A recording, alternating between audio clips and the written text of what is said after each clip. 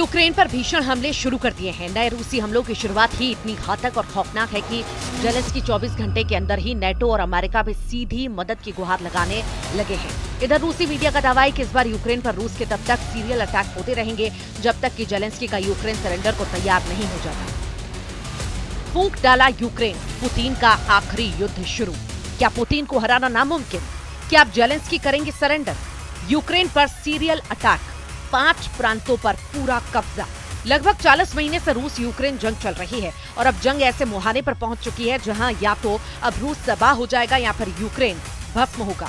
रूस के साइबेरिया इलाके में जिस तरह से यूक्रेन ने 117 आत्मघाती ड्रोन से रूस के 5 सैन्य एयरबेस को तबाह किया है, उसने पुतिन को अब पूरी तरह से बेकाबू कर दिया है। अब तो वॉर एक्सपर्ट्स भी कहने लगे हैं कि जेलेंस्की ने भले ही रूस पर हुए इस हमले को करने में 18 महीने का वक्त लगाया हो, लेकिन अब रूस 18 हफ्ते में पूरे यूक्रेन को रौंद कर रख देगा।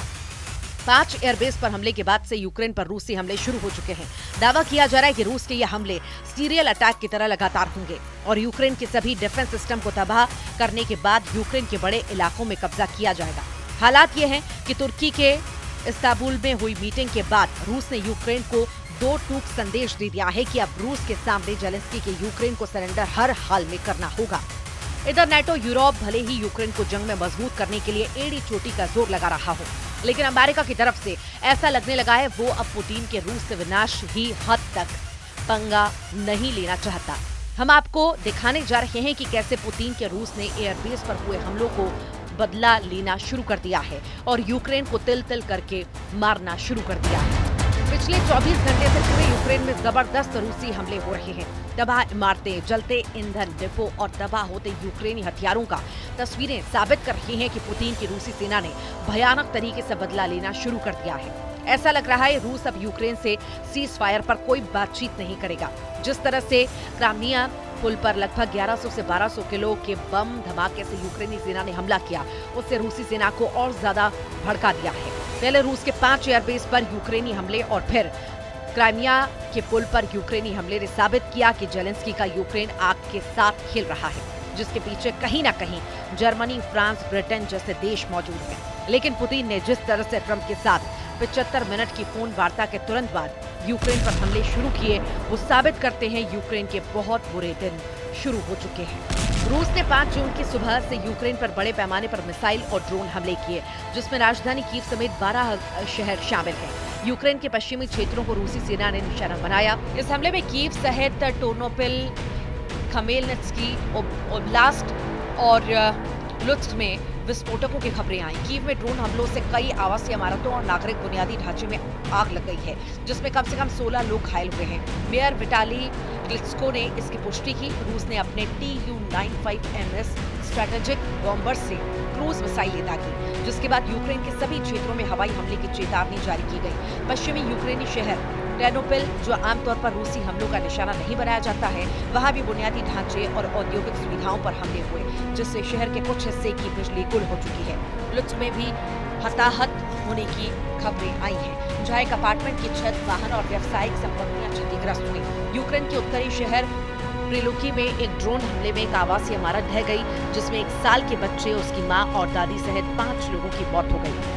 इस वक्त रूस पूर्वी और पश्चिमी यूक्रेन पर बेहद तेज हमला कर रहा है। जानकारी मिल रही है उसके मुताबिक डोनेस्क, खेरसोन, खार्किव, सुमय और चर्निव, निकोलाइव, जापोरिजिया, लुहांस्क और बेद्यांस्क के इलाके शामिल हैं। रूसी सरकार के प्रवक्ता पहले ही कह चुके हैं कि रूसी सेना अपनी तैयारियों के साथ लगातार हमले करती रहेगी।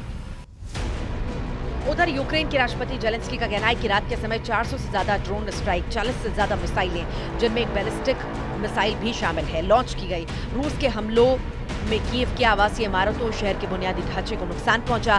कई दूसरे क्षेत्रों में हुए हमले में एक साधारण होटल को नष्ट भी किया, जहां यूक्रेनी एथलीट रुके थे। ये हमला रूसी राष्ट्रपति व्लादिमीर पुतिन और अमेरिकी राष्ट्रपति डोनाल्ड ट्रंप के बीच 4 जून को हुई फोन पर बातचीत के एक दिन बाद हुआ।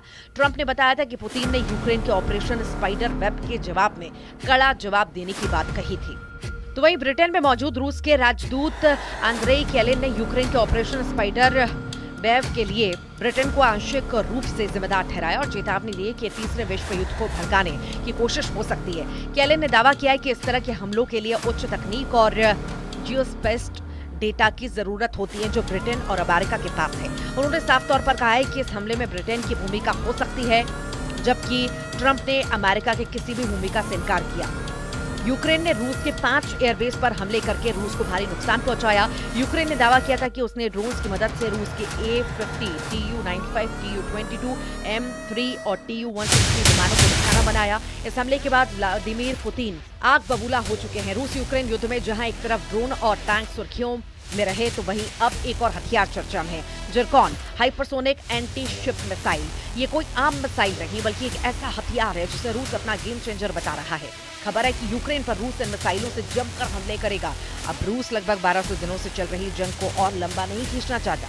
यूएन के मुताबिक 3.5 साल की जंग में 30 लाख यूक्रेनी अपने ही देश में दूसरे ठिकानों पर जा चुके हैं, जबकि 60 लाख से ज्यादा यूक्रेनी विदेशों में शरण लिए हुए हैं। इधर पुतिन ने अमेरिका और यूक्रेन को साफ कह दिया है कि अगर सीजफायर चाहते हो तो यूक्रेन के कम से कम 5 प्रांत रूस के हवाले कर दो। हम आपको बता दें कि रूस ने इन इलाकों पर हमले तेज कर दिए हैं जिन पर वो कब्जा करना चाहता है। अब आप ये जान लीजिए पुतिन सीजफायर किस शर्त पर करना चाहते हैं। रूसी सूत्रों के मुताबिक रूस ने यूक्रेन से 5 प्रांत देने को कहा है। रूस जिन 5 जगहों से यूक्रेन की आर्मी को हटाने पर तुला है वो डोनेस्क, खेरसोन, खार्किव और जापोरिजिया और लुहांस्क है। डोनेस्क एरिया में रशियन बोलने वालों का प्रतिशत ज्यादा है, जो खुद को रूस के करीब मानते हैं। आखिरी सेंसस के मुताबिक डोनेस्क की लगभग 75% जनसंख्या रूसी बोलती है।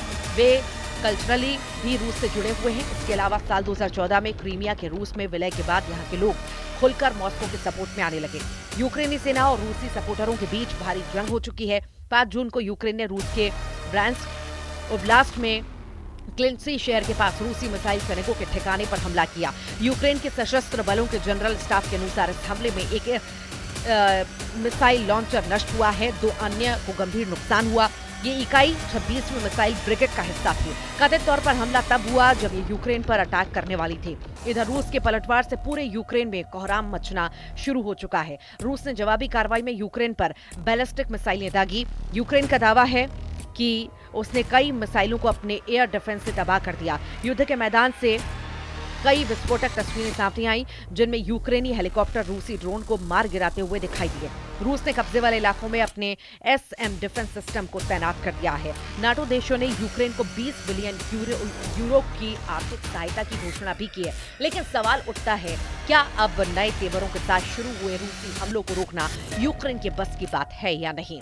यूक्रेन के मुकाबले रूस 20 गुना ज्यादा ताकतवर देश है जो अब रूस से अपने वजूद की जंग लड़ने को मजबूर है।